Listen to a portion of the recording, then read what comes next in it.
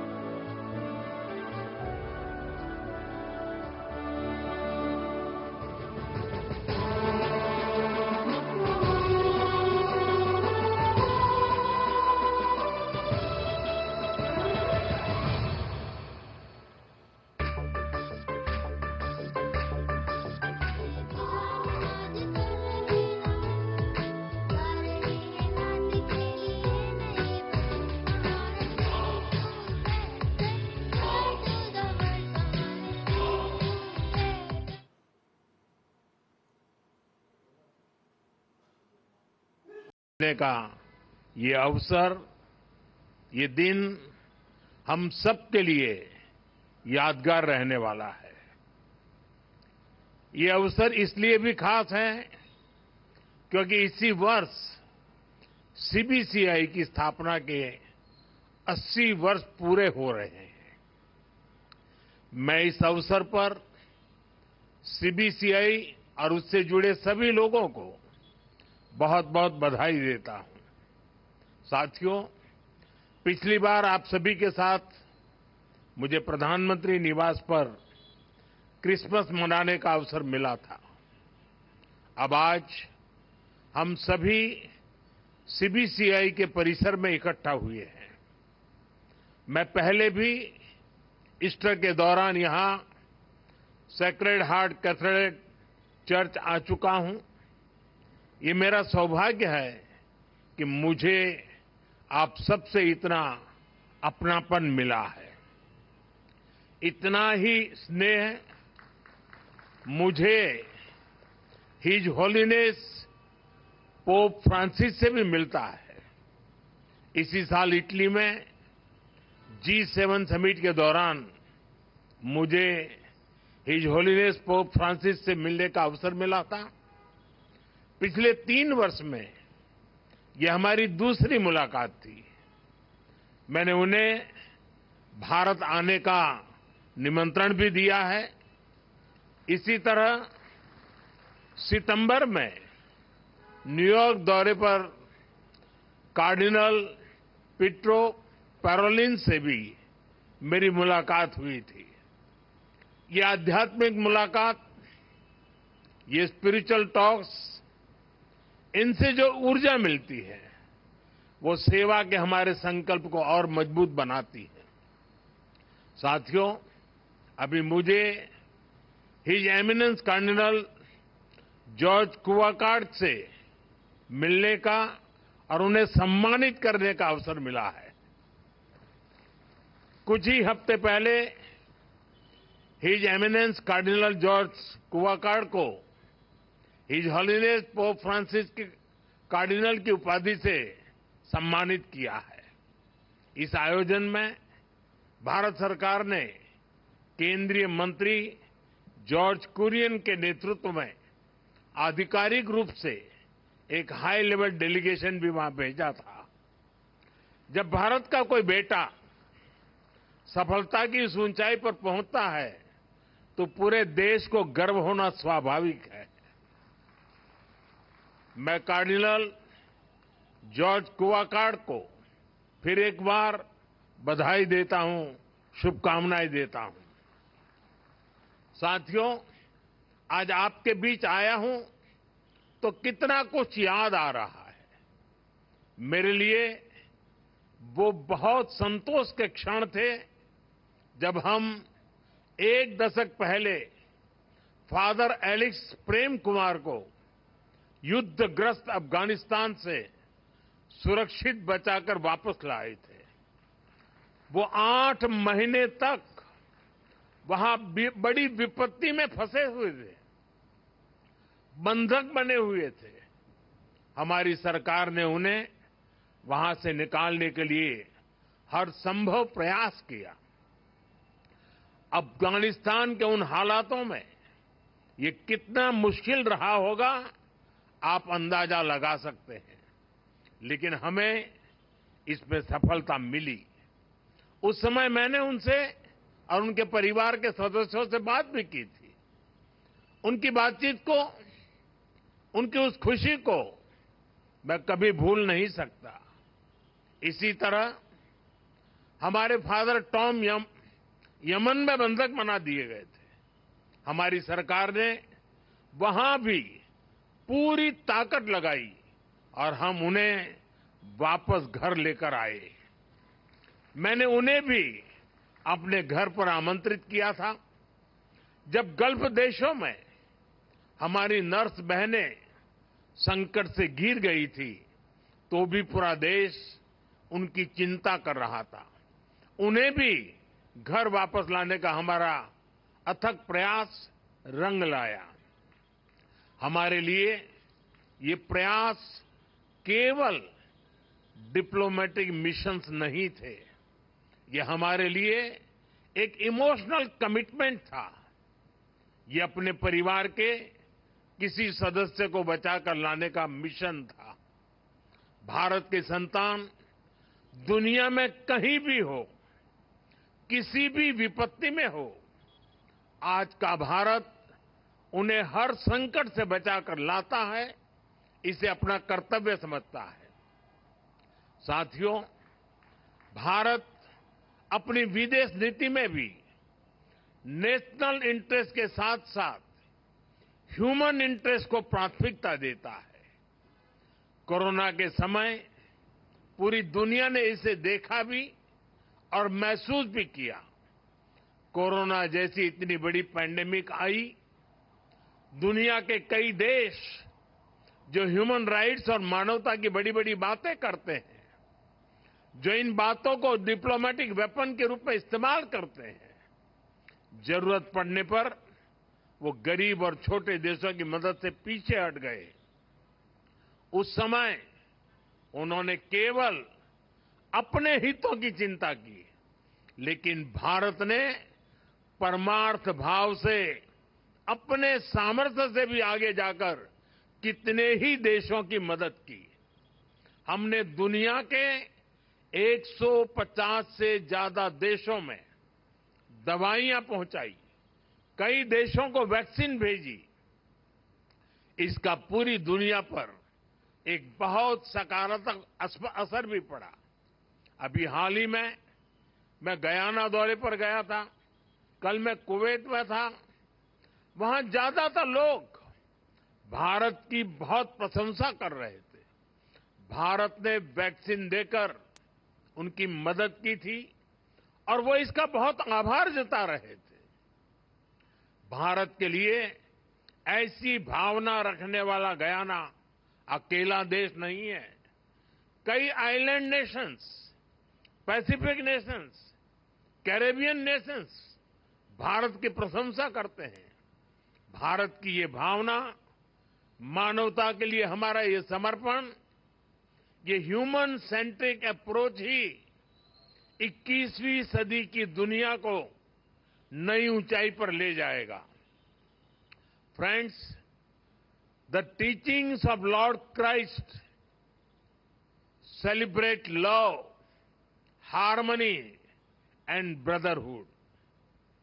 It is important that we all work to make this spirit stronger.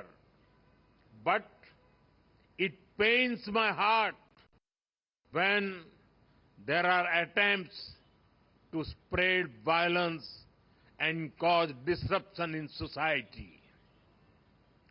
Just a few days ago, we saw what happened at a Christmas market in Germany. During Easter in 2019, churches in Sri Lanka were attacked. I went to Colombo to pay homage to those who lost in the bombings. It is important to come together and fight such challenges. Friends, the Christmas is even more special as you begin the Jubilee year, which you all know holds special significance. I wish all of you the very best for the various initiatives for the Jubilee year. This time, for the Jubilee year, you have picked a theme which revolves around hope. The Holy Bible sees hope as a source of strength and peace. It says, there is surely a future hope for you, and your hope will not be cut off. We are also guided by hope and positivity. Hope for humanity, hope for a better world, and a hope for peace, progress and prosperity. साथियों, बीते 10 साल में हमारे देश में 25 करोड़ लोगों ने गरीबी को परास्त किया है। ये इसलिए हुआ क्योंकि गरीबों में एक उम्मीद जगी कि हां, गरीबी से जंग जीती जा सकती है। बीते 10 साल में भारत 10वें नंबर की इकोनॉमी से 5वें नंबर की इकोनॉमी बन गया। ये इसलिए हुआ क्योंकि हमने खुद पर भरोसा किया, हमने उम्मीद नहीं हारी और इस लक्ष्य को प्राप्त करके दिखाया। भारत की 10 साल की विकास यात्रा ने हमें आने वाले साल और हमारे भविष्य के लिए नई होप दी है, ढेर सारी नई उम्मीदें दी है। 10 साल में हमारे यूथ को वो अपॉर्चुनिटीज मिली हैं जिनके कारण उनके लिए सफलता का नया रास्ता खुला है।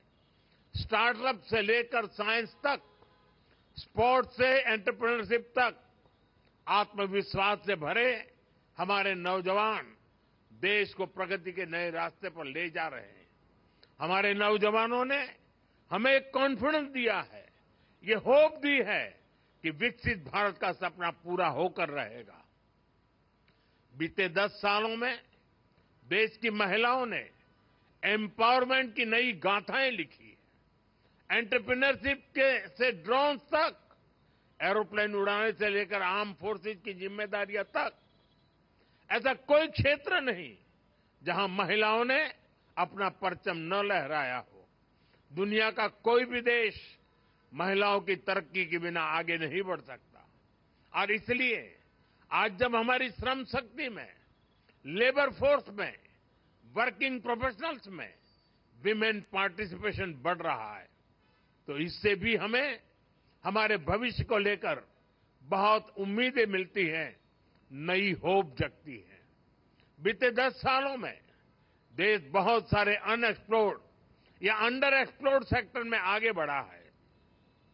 मोबाइल मैन्युफैक्चरिंग हो या सेमीकंडक्टर मैन्युफैक्चरिंग हो, भारत तेजी से पूरे मैन्युफैक्चरिंग लैंडस्केप में अपनी जगह बना रहा है।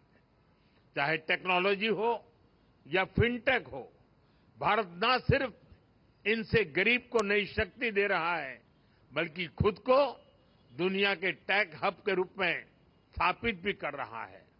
हमारा इंफ्रास्ट्रक्चर बिल्डिंग पेस भी अभूतपूर्व है। हम न सिर्फ हजारों किलोमीटर एक्सप्रेस वे बना रहे हैं, बल्कि अपने गांवों को भी ग्रामीण सड़कों से जोड़ रहे हैं। अच्छे ट्रांसपोर्टेशन के लिए सैकड़ों किलोमीटर के मेट्रो रूट्स बन रहे हैं। भारत की ये सारी उपलब्धियां हमें ये होप और ऑप्टिमिज्म देती हैं कि भारत अपने लक्ष्यों को बहुत तेजी से पूरा कर सकता है। और सिर्फ हम ही अपनी उपलब्धियों में इस आस्था और विश्वास को नहीं देख रहे हैं, पूरा विश्व भी भारत को इसी होप और ऑप्टिमिज्म के साथ देख रहा। साथियों, बाइबल कहती है, कैरी ईच अदर्स बर्डन्स, यानी हम एक दूसरे की चिंता करें, एक दूसरे के कल्याण की भावना रखें। इसी सोच के साथ हमारे संस्थान और संगठन समाज सेवा में एक बहुत बड़ी भूमिका निभाते हैं। शिक्षा के क्षेत्र में नए स्कूलों की स्थापना हो, हर वर्ग हर समाज को शिक्षा के जरिए आगे बढ़ाने के प्रयास हो, स्वास्थ्य के क्षेत्र में सामान्य मानवीय की सेवा के संकल्प हो, हम सब इन्हीं अपनी जिम्मेदारी मानते हैं। साथियों, जीसस क्राइस्ट ने दुनिया को करुणा और निस्वार्थ सेवा का रास्ता दिखाया है। हम क्रिसमस को सेलिब्रेट करते हैं और जीसस को याद करते हैं, ताकि हम इन मूल्यों को अपने जीवन में उतार सकें, अपने कर्तव्यों को हमेशा प्राथमिकता दें। मैं मानता हूं ये हमारी व्यक्तिगत जिम्मेदारी भी है, सामाजिक दायित्व भी है और एज अ नेशन भी हमारी ड्यूटी है। आज देश इसी भावना को सबका साथ, सबका विकास और सबका प्रयास के संकल्प के रूप में आगे बढ़ा रहा है। ऐसे कितने ही विषय थे जिनके बारे में पहले कभी नहीं सोचा गया, लेकिन वो मानवीय दृष्टिकोण से सबसे ज्यादा जरूरी था। हमने उन्हें हमारी प्राथमिकता बनाया। हमने सरकार को नियम और औपचारिकताओं से बाहर निकाला। हमने संवेदनशीलता को एक पैरामीटर के रूप में सेट किया। हर गरीब को पक्का घर मिले, हर गांव में बिजली पहुंचे, लोगों के जीवन से अंधेरा दूर हो, लोगों को पीने के लिए साफ पानी मिले, पैसे के अभाव में कोई इलाज से वंचित न रहे। हमने एक ऐसी संवेदनशील व्यवस्था बनाई जो इस तरह की सर्विस की, इस तरह की गवर्नेंस की गारंटी दे सके। आप कल्पना कर सकते हैं, जब एक गरीब परिवार को ये गारंटी मिलती है तो उसके ऊपर से कितनी बड़ी चिंता का बोझ उतरता है। पीएम आवास योजना का घर जब परिवार की महिला के नाम पर बनाया जाता है तो उससे महिलाओं को कितनी ताकत मिलती है। हमने तो महिलाओं के सशक्तिकरण के लिए नारी शक्ति वंदन अधिनियम लाकर संसद में भी उनकी ज्यादा भागीदारी सुनिश्चित की है। इसी तरह आपने देखा होगा, पहले हमारे यहां दिव्यांग समाज को कैसी कठिनाइयों का सामना करना पड़ता था। उन्हें ऐसे नाम से बुलाया जाता था जो हर तरह से मानवीय गरिमा के खिलाफ था। ये एक समाज के रूप में हमारे लिए अफसोस की बात थी। हमारी सरकार ने उस गलती को सुधारा। हमने उन्हें दिव्यांग ये पहचान देकर के सम्मान का भाव प्रकट किया। आज देश पब्लिक इंफ्रास्ट्रक्चर से लेकर रोजगार तक हर क्षेत्र में दिव्यांगों को प्राथमिकता दे रहा है। साथियों, सरकार में संवेदनशीलता देश के आर्थिक विकास के लिए भी उतनी ही जरूरी होती है। जैसे कि हमारे देश में करीब 3 करोड़ फिशरमैन हैं और फिश फार्मर्स हैं, लेकिन इन करोड़ों लोगों के बारे में पहले कभी उस तरह से नहीं सोचा गया। हमने फिशरीज के लिए अलग मिनिस्ट्री बनाई, मछली पालकों को किसान क्रेडिट कार्ड जैसी सुविधाएं देना शुरू किया। हमने मत्स्य संपदा योजना शुरू की। समंदर में मछली पालकों की सुरक्षा के लिए कई आधुनिक प्रयास किए गए। इन प्रयासों से करोड़ों लोगों का जीवन भी बदला और देश की अर्थव्यवस्था को भी बल मिला। Friends, from the ramparts of the Red Fort, I had spoken of सबका प्रयास. It means collective effort. Each one of us has an important role to play in the nation's future. When people come together, we can do wonders.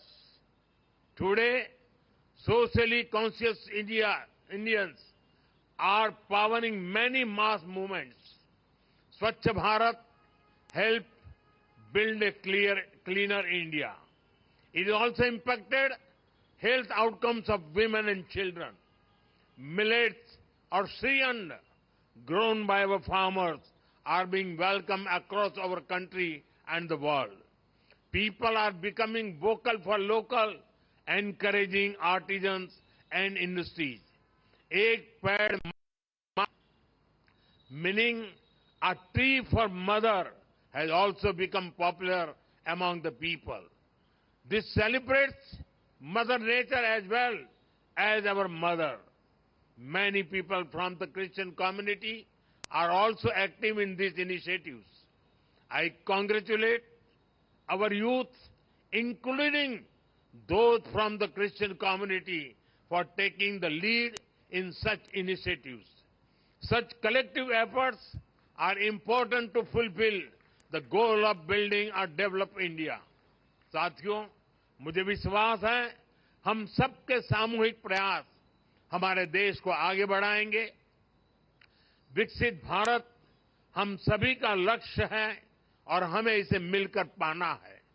ये आने वाली पीढ़ियों के प्रति हमारा दायित्व है कि हम उन्हें एक उज्जवल भारत देकर जाएं। मैं एक बार फिर आप सभी को क्रिसमस और जुबिली ईयर की बहुत बहुत बधाई देता हूं।